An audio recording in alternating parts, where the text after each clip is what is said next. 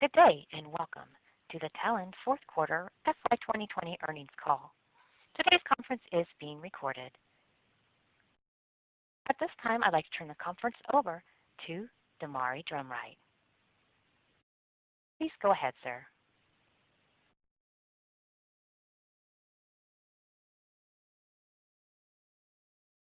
Thank you. This is Damari Drumright, Vice President of Treasury and Investor Relations for Talend, and I am pleased to welcome you to Talend's fourth quarter fiscal year 2020 conference call.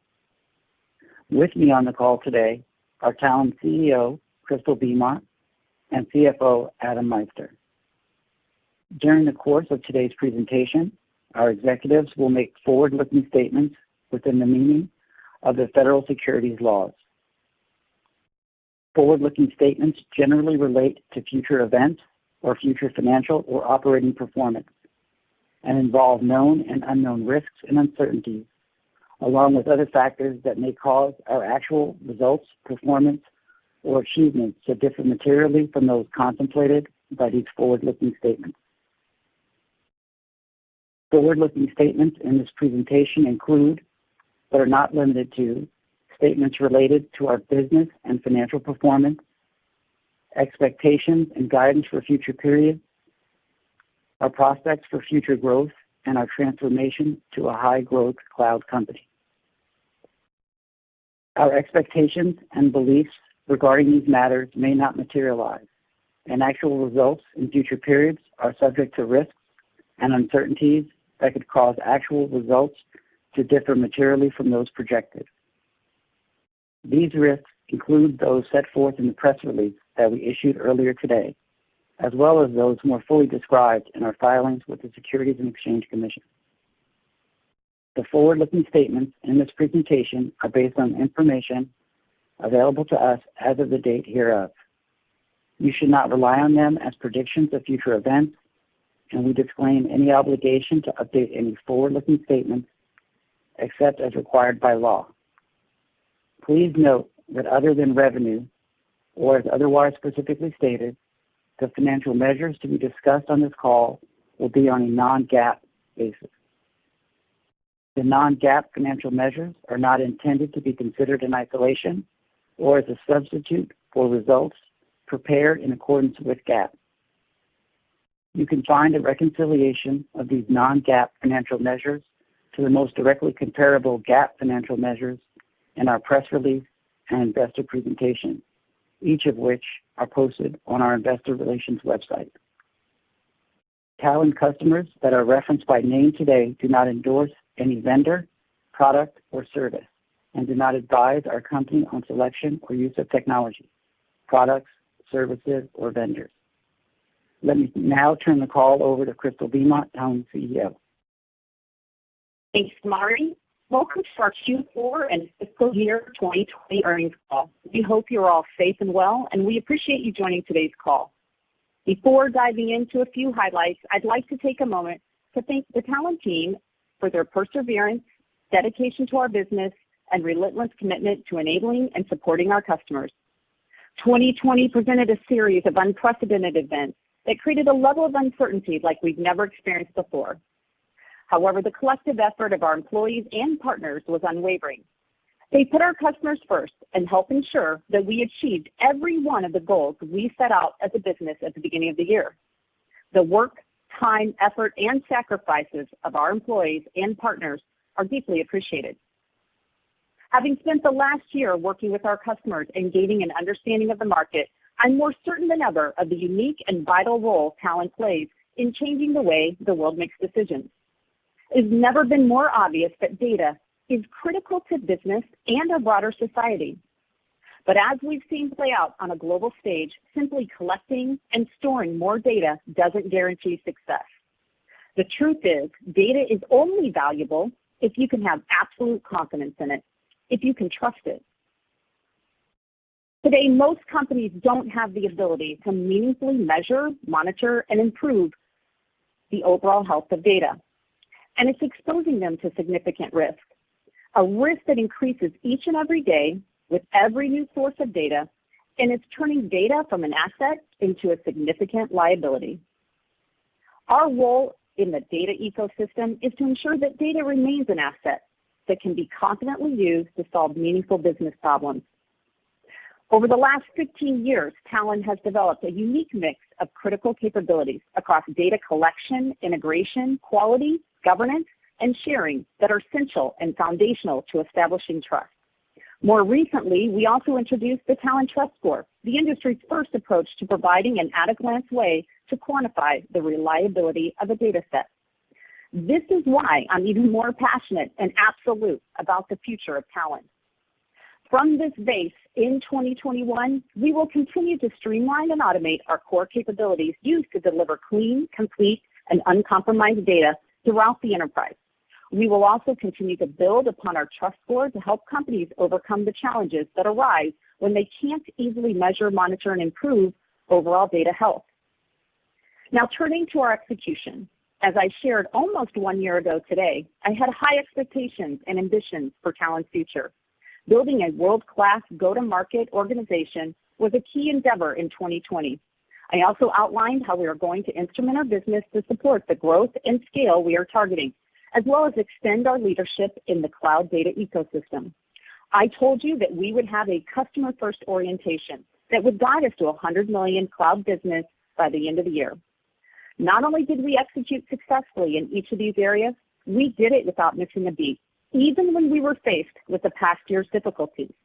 I'm extremely pleased to tell you that by taking these actions, we finished 2020 strong. We ended the year with $108.5 million in cloud ARR, exceeding the target of $100 million we laid out this time last year. Cloud ARR grew 101% year over year and 95% on a constant currency basis, driven largely by landing new cloud customers and expanding cloud into the install base.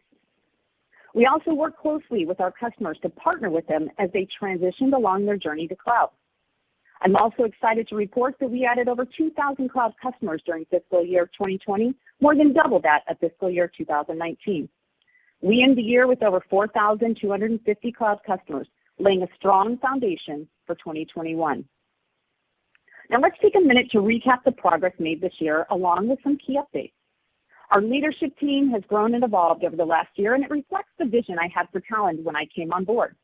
When I joined, I immediately strengthened our executive team with the appointment of Ann Christelle Graham as Chief Revenue Officer, Jamie Kaiser as the Chief Customer Officer, and enhanced our sales and marketing leadership in Europe by adding a new EMEA GM and Head of Marketing. During the year, we expanded Jamie's role to include Chief Operating Officer, and we hired Krishna Tamana as CTO. Krishna becoming part of our team is a pivotal part of our leadership strategy. He has the vision and experience to build from our strong foundation and drive a product that will solve a set of fundamental market challenges around data health that simply have never been addressed. This team brings a wealth of experience in each of the respective disciplines and is united around a customer-first mentality. Their experience provided the skills for us to begin the work necessary in our key growth areas to allow us to build a business that strives to deliver strategic business value, which is the foundation for our long-term sustainable growth. In the second half of 2020, we began preparing our go-to-market strategy for 2021. We were laser-focused on creating efficiencies in our business. Additionally, we increased the effectiveness of our interactions to ensure every conversation and message was targeted to the exact audience and tailored to reinforce the strategic business value Talend provides. Beginning on January 1st, we centered the organization around 4 distinct market segments: small business, mid-sized businesses, enterprise, and strategic enterprise accounts. Additionally, we dedicated teams to specifically drive new logo acquisition and client expansion. The ability to ensure speed, repeatability, and predictability, both for our customers as well as for our business, was critical in our decision to segment and create dedicated new business and client teams. This strategy represents the growth and potential we see in numerous market segments that need our capabilities to uniquely address critical business decisions with data. The entire organization is aligned across this strategy, which incorporates product, marketing, customer success, and operations. We continue to work with our customers to address individual data projects or needs within a single department. However, this past year, we now see organizations who are turning to Talend as a strategic solution provider that's key to their entire data infrastructure. We see a growing opportunity for Talend to be aligned with key business objectives of the C-suite, not just the CIO, but from the CEO and the rest of the business. Let me share with you a recent customer win to illustrate this evolution. An exciting new cloud win for us last quarter was with WaFd Bank, a 103-year-old regional bank based in Seattle with more than 200 branches in 8 western states. In 2019, the bank embarked upon a 7-year journey to pivot from a traditional brick-and-mortar bank to a digital-first commercial bank. WaFd Bank will rely on Talend Data Fabric to build a data hub on AWS and Snowflake that will help drive decisions around operations, marketing, and reporting. This information will be used to create a customer 360 that provides a frictionless customer experience across all interactions and devices and also increases engagement. In Q4, we also earned the business of TriNetX, a global health research network. TriNetX puts real-world data collected from hospitals all over the world into the hands of various pharma and healthcare clients to accelerate clinical research. With data growing exponentially and business expanding, the organization select Talend to support its stringent data quality and governance requirements. TriNetX will standard in global electronic patient data on Talend Data Fabric to simplify its cloud data infrastructure and scale to meet the increasing demands of the business. Another new cloud logo in Q4 was with one of the largest snack companies in the world. The company wanted to continue to improve its supply chain, recognizing the value of delivering the right products on time to the global network of retail and distribution channels. The company is using the trusted data from Talend to better manage cost and inventory by getting accurate information about its most profitable SKUs in each region. Working closely with Accenture, the company selected Talend over competitors like IBM and Informatica based on our native multi-cloud support for Azure and Google. Lastly, I want to tell you about Calm, a popular meditation app. Calm lives and dies by its users being able to find the most relevant content for them, so it relies on real-time user behavior patterns to surface the content its users most want at any given time. But being able to analyze that data in seconds and turn that into user-facing recommendations takes a complex data infrastructure. And of course, it has to be right. By using Stitch, Calm was able to create a solution with AWS that seamlessly manages their data in real time, creating deeply personalized experiences for their customers. Customer stories like these highlight the value Talend brings by underscoring the significance of data to the most important business strategies. I hear these types of stories every day about how Talend is helping companies make the fast pivots to make important actions needed to thrive in today's business conditions. It is becoming increasingly clear that Talend is evolving from a company that enterprises run their data through to a company that enterprises run their businesses on. COVID has made clear that companies can no longer afford to put digital transformation on the back burner or call it a nice to have. It's a must-have to survive today. And digital transformation only works if you have the data you can trust to make the right decisions for your business. Our focus on data trust and data health serves a pivotal role in providing value to our customers. This same value proposition is also strengthening our place in the ecosystem. In December, we expanded our partnership with Snowflake, enabling their users to launch a Talend Data Fabric trial directly from within Snowflake. Customers can confidently make decisions with data that is complete and uncompromised, which they can now see and measure with Talend's industry-first trust score. Working together, we expanded our joint customer base to over 1,000 customers, including organizations such as Accor Hotels, Uniper, and Siemens. Snowflake CRO Chris Degnan notes that what Talend brings to the table is helping the customer make sure they are trusting the data they are seeing, which is a critical part of digital transformation. This partnership helped us triple our business with Snowflake in 2020. Also in 2020, we had incredible success and we saw improvements across the board with explosive cloud growth, sales efficiencies, and an industry-first trust measure. Our focus on trust, visibility, and control becomes even more critical in a cloud-first environment. But trust is part of our DNA, so this leaves us uniquely positioned to deliver our value to our customers. It also ensures that we continue to deliver innovative products to support them. In this, we've laid the foundation for the next phase of our transformation as a company. Our results for the quarter and the year are a culmination of our execution against our 2020 targets, but we are just getting started. In 2021, we intend to advance our cloud offerings by increasing the use of AI to automate and simplify complex and time-consuming data tasks. We plan to make it easier for customers to share data with internal teams as well as their customers and partners using APIs. In addition, look for Talend to further expand our leadership position around data quality and empower more citizen users with new self-serve data capabilities.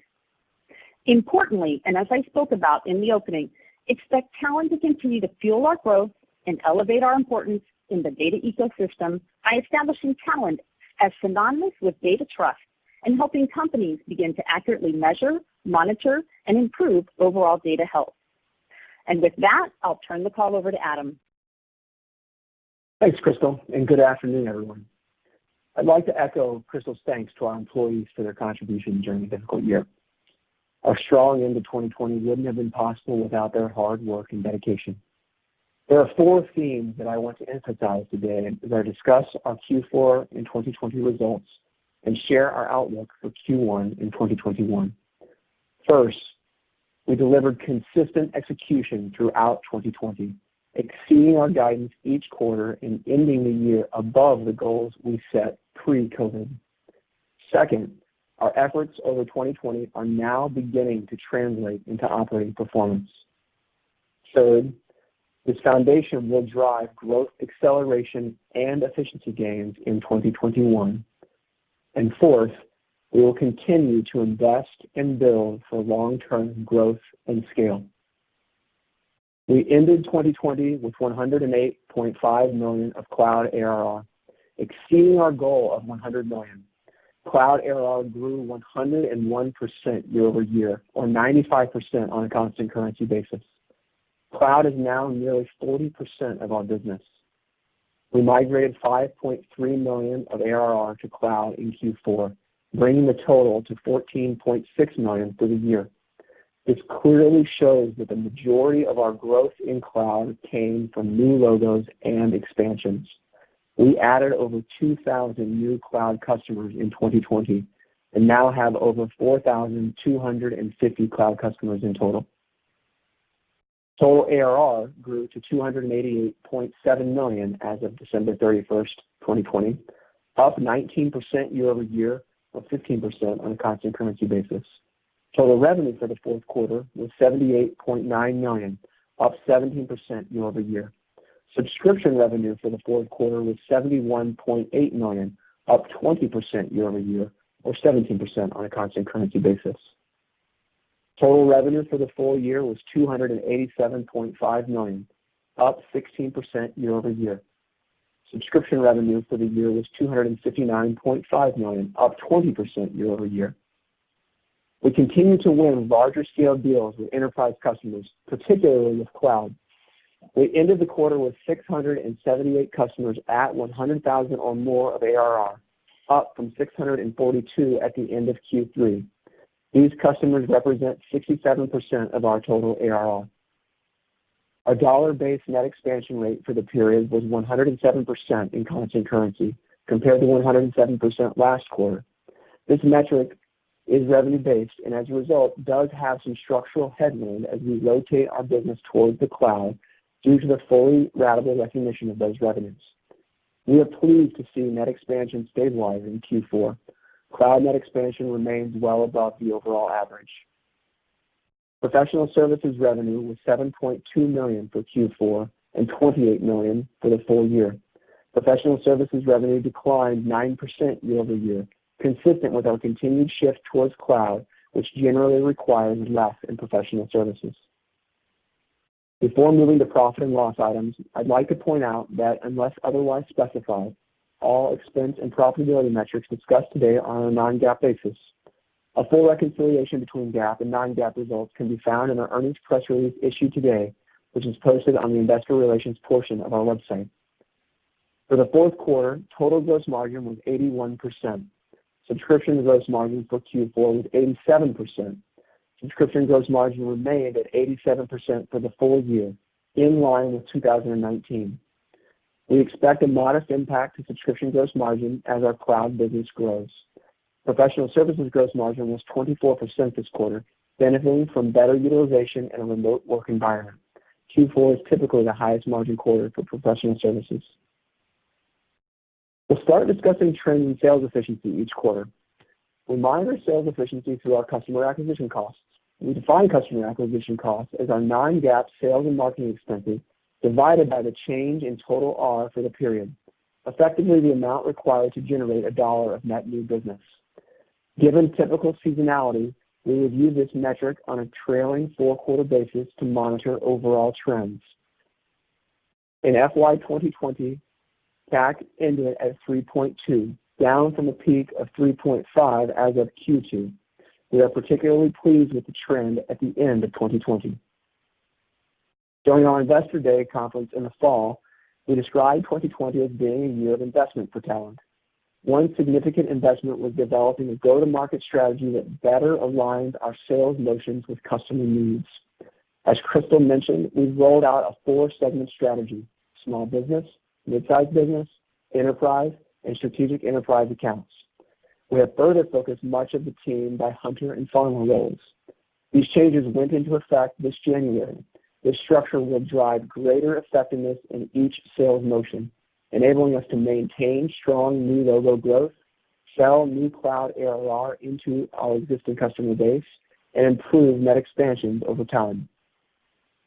We changed our cloud strategy for existing premise customers and will prioritize cross-selling cloud rather than specifically focusing on migrations. Seeding cloud into new initiatives and scenarios will create a more efficient pull of migrations over time.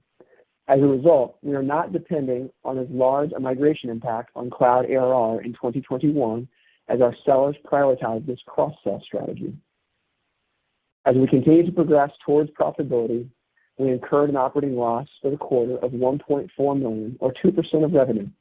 For fiscal year 2020, we incurred an operating loss of $16.3 million, or 6%, compared to an operating loss of $19.4 million, or 8%, in 2019.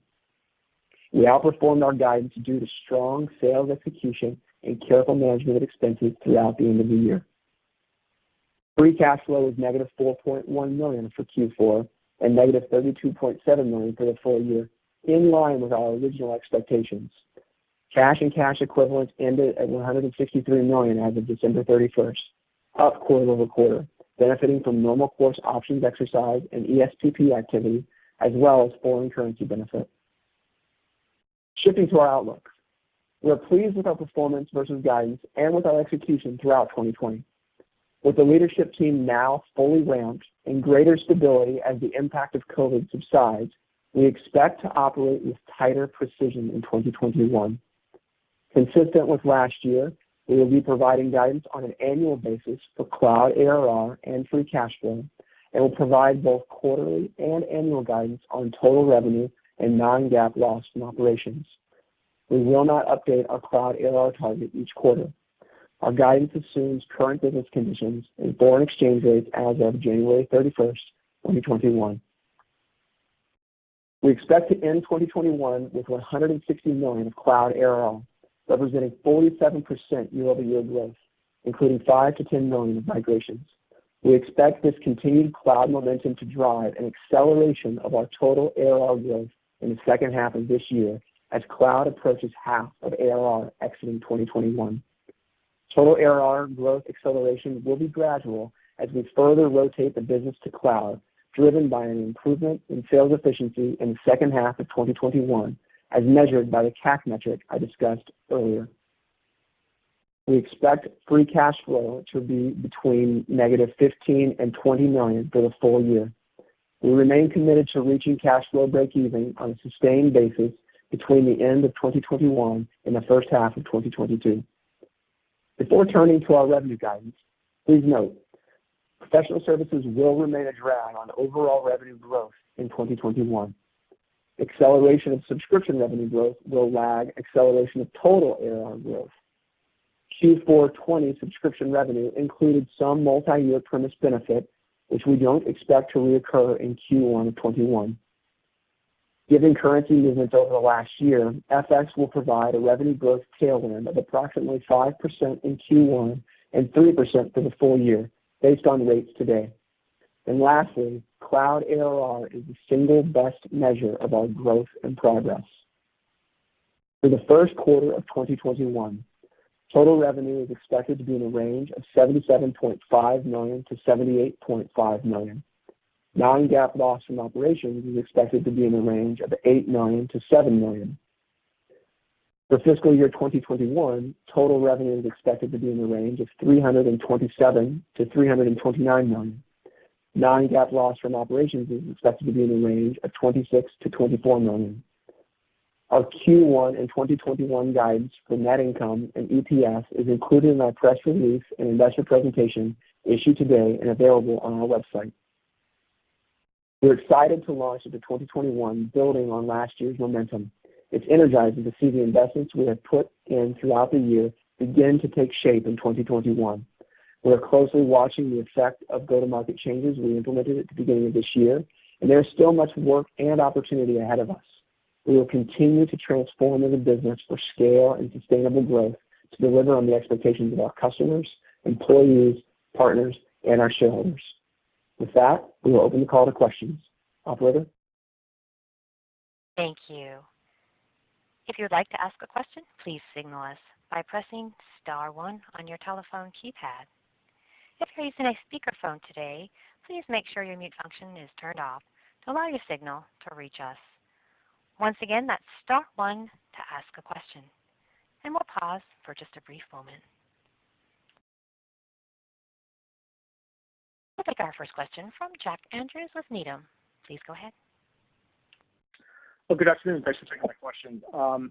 I guess a question for Crystal. I wanted to better understand. You talked about being your goal is you're moving towards a strategic solutions provider for the C-suite. So I was wondering if you could maybe just help frame us a bit more. How many C-level type conversations are you having? How are you able to get in front of them? Are you able to leverage partners for these types of conversations, or are your direct sales efforts paying off? Just any sort of context about how you're building that funnel over time. Sure. Good afternoon, Jack. How are you? Thanks. Are great.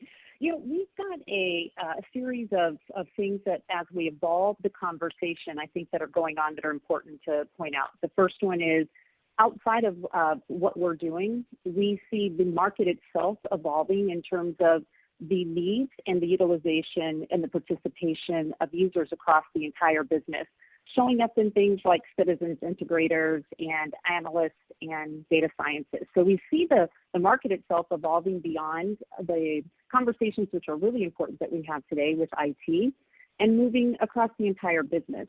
In addition to that, we've talked about data health and the trust score in particular. And that is an area where we really see that rolling up to the entire business and something that an entire organization has importance around in terms of how they measure the overall health of their business or line of business, and then making sure that they have visibility to it. Those conversations are taking place in both of those tranches to make sure that we can support the way that the business is evolving and the needs of the users at the business level as well as at the C-suite level. So these are things that we are continuing to evolve, and we think that they're going to take hold and be even more strategic over time. Great, thanks for that. And just as a follow-up question, I want to ask about Snowflake. I guess congratulations on this 1,000 customer milestone. I know you've been working with Snowflake for a long time. I remember joint press releases back, 2-3 years ago between Talend and Snowflake. So could you just help us understand, what specifically has enabled you to reach this milestone, and how can you continue to gain share within the broader Snowflake customer base? We're really proud of our relationship with Snowflake, and as we are with our entire ecosystem of partners, it's important as we look at how we provide strategic value in a combined way to our customers. I think we're starting to really hit our stride, in particular with the way that we not only show up for Snowflake in particular to provide a place in moving the customers to the cloud, but just taking it one step further and looking at what we have going on in terms of the Talend Trust Score and making that available. I think Snowflake, when they look at what they're trying to do to make sure that there's good quality data that customers can use in a meaningful way, their strategy is aligned with ours very much in that same patterns. So we look at it as an opportunity to really start to align to provide more strategic value in a collaborative way. So we're looking forward to what we can do with them and our joint combination of value. Great. Well, thanks, and congratulations on the results. Thanks, Jeff. Appreciate it. Next, we'll move to Chad Bennett with Craig-Hallum. Great. Thanks for taking my questions, and phenomenal job on the quarter and year end. So just a few questions for me. So maybe first for Crystal, just on the go-to-market changes that I think you mentioned were instituted earlier this year. The hunter and farmer model. So I guess, do you feel like just from a cross-sell, upsell opportunity into the base that there was just opportunity there that I just assume naturally, easy for me to say you'd be able to cross-sell and upsell into your base, on-prem base with your cloud products. But do you feel like you were kind of missing opportunities there in the past couple of years as the company's transitioned? And do you think this will actually, I assume you do because you're doing it, but accelerate that net retention number as soon as the back half of the year? Well, it's really good questions. And I'd say it's twofold. First of all, when we think about what we're trying to do with the business, it's about driving efficiencies. So you think about lining up resources and how you can, really drive for, certain profiles of individuals that are maybe more hunter or farmer, as well as creating a repetitive and predictable kind of patterns that allow us to really get what I call a flywheel going. So those are, that's certainly one part of the strategy is making sure that we can also, bring this to our reps in terms of the fact that they can benefit from waking up every day and having a repeatable process. And so we think that it's good for our customers in terms of being able to have unique conversations with them that are in our install base, as well as bringing net new logos in the door. It's good for our business from an efficiency standpoint. And it allows us to really be, I believe, more effective in terms of tailoring that message and bringing it across. So it really is about just honing skills and really driving operational efficiencies and really increasing the effectiveness overall in terms of those conversations we're having. It makes sense. And then maybe one quick follow-up clarification for Adam. Just, Adam, you reiterated, for re-acceleration, I believe, in a overall ARR in the second half of the year. Basically what you guys said at the Analyst Day a few months back. But if I just want to make sure kind of we're understanding this correctly, I mean, you just put up ARR growth of 19%. And I believe a few months back, you at least we were conceptually talking about mid-teens ARR, overall ARR growth accelerating up to 20, in the second half of the year. Now that we're in the upper teens, you guys have exceeded your expectations in ARR growth. Does that imply overall ARR growth, kind of low 20s in the second? Not to get too cute on this, but also, it's kind of the same question on subscription. It's great to see the overall rev guide increase from where you had it, but you just put up a 20% plus subscription quarter. On the high end of the guide implies a mid-teen subscription growth for this year. Any more kind of color there? Yeah, sure, happy to. So first off, Chad, welcome to the call, first and foremost. So we were really pleased with where Q4 landed and Q3 as well. The consistency in growth between Q3 and Q4, I think, really shows that the glide path from here to 21 is one that's pretty clear for us and for investors, we hope. We do look at the business on both an actual growth basis, but on a constant currency basis as well. And so as I think about just how much FX rates moved over the course of 2020, we want to make sure investors kind of look through that and can kind of understand, irrespective of where currency movements are, what the underlying trajectory looks like.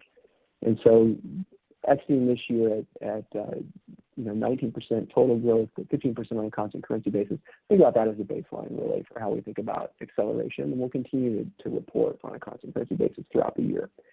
On the second part of your question, just around subscription revenue, it's obviously going to lag a little bit, right? Subscription revenue growth trend will follow ARR by a quarter or two, and so really look for that inflection in total ARR and wait a little bit for when that's going to show up in subscription.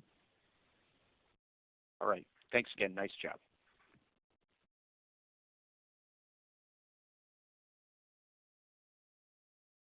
Next, we will take Tyler Radke with Citi. Hey, thanks, and hope you both are doing well. Crystal, I wanted to ask you about the new logos that we saw in the quarter. Looked like you added over 1,000 cloud customers and perhaps total customers. I guess first, what would you kind of attribute the acceleration in new logos to in terms of go-to-market motion, and maybe help us give us a sense for, is this mainly mid-market customers that you're seeing, and how do you kind of go after those customers and expand them in 2021? Thanks. It's good to hear from Tyler. I think this is kind of pointing to where we see opportunity in the future with this year and how we've set things up from a go-to-market standpoint. Not to put aside that I'll just say Q4 is where you'll start to see more of a pop for a bigger population of new logos. But I believe that what we'll really see going forward is when you start to look at, certainly more units will come from small business and mid-market. Some of that comes from our kind of digital or product-led, and some of it will come from just the execution on how we start to focus and really start to lean into those lanes. But I think what you'll start to see is that those will start to pay off. I would say probably more over the back half of the year in 21, as we really get those motions honed. Looking back at Q4, we're really proud, like Adam said, of where we landed, and we think that's a really big part of how we're starting to structure increasing the footprint across our customer base, but then grabbing those net new logos that'll come from all the way across small business to enterprise. Great. Thank you. And Adam, a follow-up for you, just on the net expansion rate. It looked like it stabilized here this quarter, being consistent with last quarter. Do you think we're kind of reached the low point there? I know you didn't use the word downsells this quarter, which is nice to hear. So just curious on your thoughts on how we should be thinking about that metric going forward. Yeah, thanks for the question, Tyler. Good to hear from you. We were really happy to see that stabilizing in Q4, particularly given there is just an accounting kind of mechanical headwind that we've talked about over the last couple of quarters that pressures that. And so I think you can look at that as really an indication that momentum with existing customers is strong. The expansion within our cloud customers, as we've continued to say, is much better than the overall. That's numbers really starting to get to be a bigger level and starting to contribute to the overall total. I'm not going to call bottom yet, right? We still have to get through some of the sales changes that we're talking through. We've got to see those really come into effect strongly. The clouds are parting clearly a little bit on COVID and kind of the overhang on IT spending, but I think we want to give that a quarter or two. But what I can say is, I feel like the trend you've seen in the last couple quarters, really the slope of that has changed, and I think we're going to operate within a point or two where we're at right now over the next couple quarters. Cautiously optimistic. All right. Thanks so much. Next, we'll move to Pree Gady with Barclays. Hey guys, good afternoon. I wanted to ask a little bit more about the Snowflake metrics that you guys provided. You said business tripled in fiscal 20. Is there any metrics you can share with us in terms of the amount of revenue or ARR that's tied to Snowflake, or even something like the conversion of the free product that you have to a paid product? Hey, Pree, good to hear from you. I'll take that one. We're not going to get into any specifics on kind of revenue or business breakdown with any particular partner. We had seen Snowflake have a lot of traction in the market. Obviously, that tripling is going to be a pretty significant portion of overall cloud ARR. But look, there's a lot of success that AWS and Azure continue to have, and we think that our partnerships with all of them are very important as we keep pushing forward on this overall data shift to the cloud.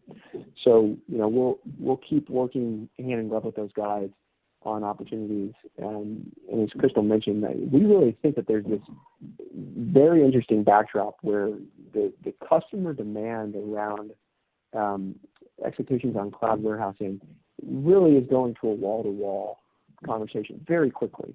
And as Snowflake and AWS and all these players start to encounter that conversation, there is a more urgent need for an integration and governance solution in conjunction.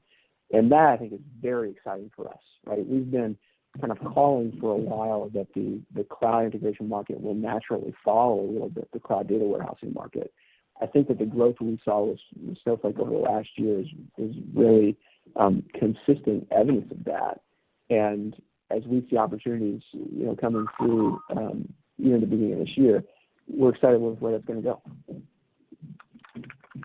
Great, thank you. I guess a similar question around what Tyler was asking you. How close are the Stitch and the Talend Data Fabric sales working together? I just want to get an idea of all these new cloud customers that you have that are on Stitch. Are they being upsold to the full Data Fabric product as well? Yeah, I'll take that one. Hi, Pri. Good to hear from you. We see a combination of use cases. We see Stitch as certainly something that supports a land in some cases where if you think about across an entire organization, you may, and we believe, have different use cases that depending on who the users are in terms of the constituents within the organization, what their needs are. And we also see it as a land in a net new logo that then expands to needs that they may have over time that are more complex. And so we see both of those playing out, and we have customers that are leveraging the Talend Data Fabric as well as Stitch in both of those ways. So we think it's one of the things that makes us unique for sure to be able to what we call meet our customers where they're at. But I think more importantly, it's our ability to make sure that as we're working with our customers and they maybe need to start in one place, that we can grow with them. And that's really important to us from a sustainability, long-term, growth company that we see that we have straight alignment on. Great, thank you guys. Next we'll move to Mark Murphy with JP Morgan. Hi, good afternoon. This is Matt Koss on behalf of Mark Murphy. Just a quick question for you, Adam. Your net new cloud ARR, it looks like the expansion sequentially or the growth in that number was the highest it's been. I think we've been keeping track. Was there any business that was pulled forward or any sort of large deal, particularly large, that might explain that? Hey, Matt, good to hear from you. No, I wouldn't point to anything that was particularly large that got pulled in. I think what you're continuing to see out of Ann Christel's organization is just consistent, strong execution in the pipeline that we have in quarter. And we're really enthused with the progress we've made around that over the last year. And now with some of the sales design changes that we've rolled out, I think that's going to be a force multiplier. So I wouldn't point to anything in particular at Q4 that would suggest a counterbalance in Q1. It's just great blocking and tackling from the sales organization. Okay.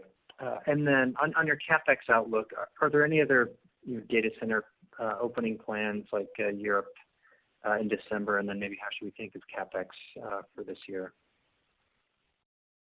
Yeah, the data center rollouts for us aren't a huge CapEx item, right? So there's a little bit of over-investment that we'll make in capacity for those, but they're typical kind of AWS or Azure environment, so they're very flexible.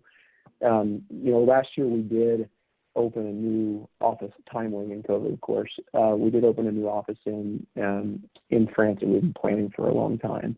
And so CapEx was a little elevated over the course of 2020. It'll go, down a bit from where it was for 2020 into 2021.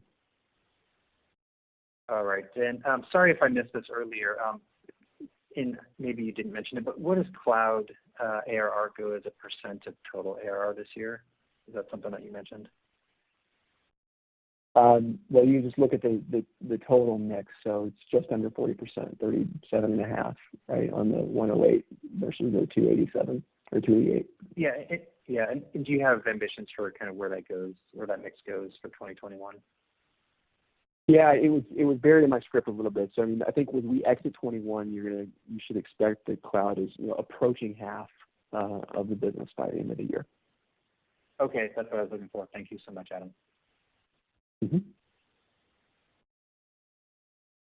We'll move and take our last question from Bhavan Suri with William Blair.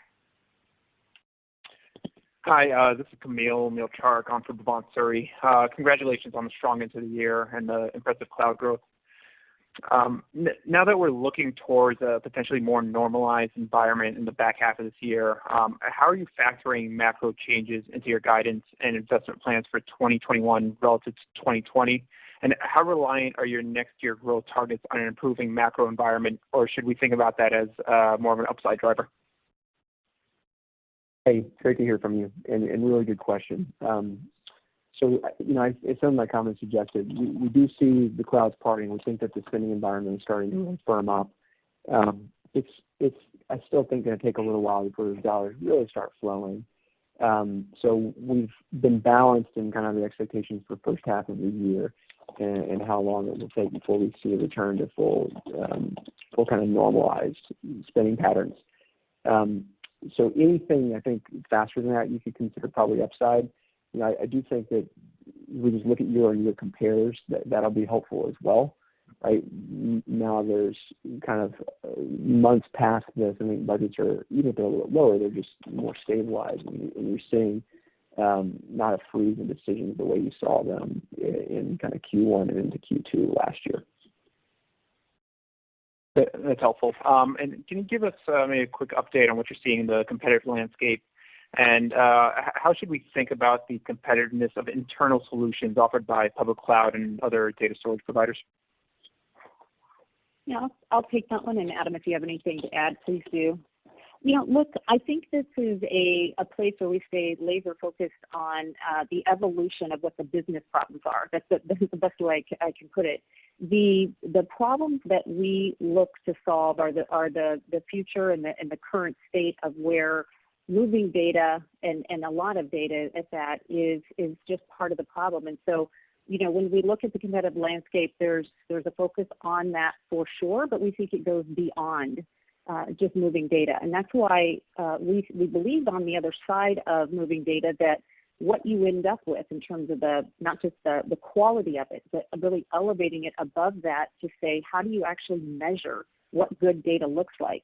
And that's something that, where we really stand alone. And we think that's where we're not only unique, but that's where we bring strategic value to our partners and to our customers for sure. So in our estimation, there is an opportunity for us to continue to lean into that to help organizations make sure that when they move the data and they manage the data, that they can really use it for the purposes that they needed it in the first place. And that's where we'll stay laser focused. Yeah, it's great to hear. Thank you for taking my questions.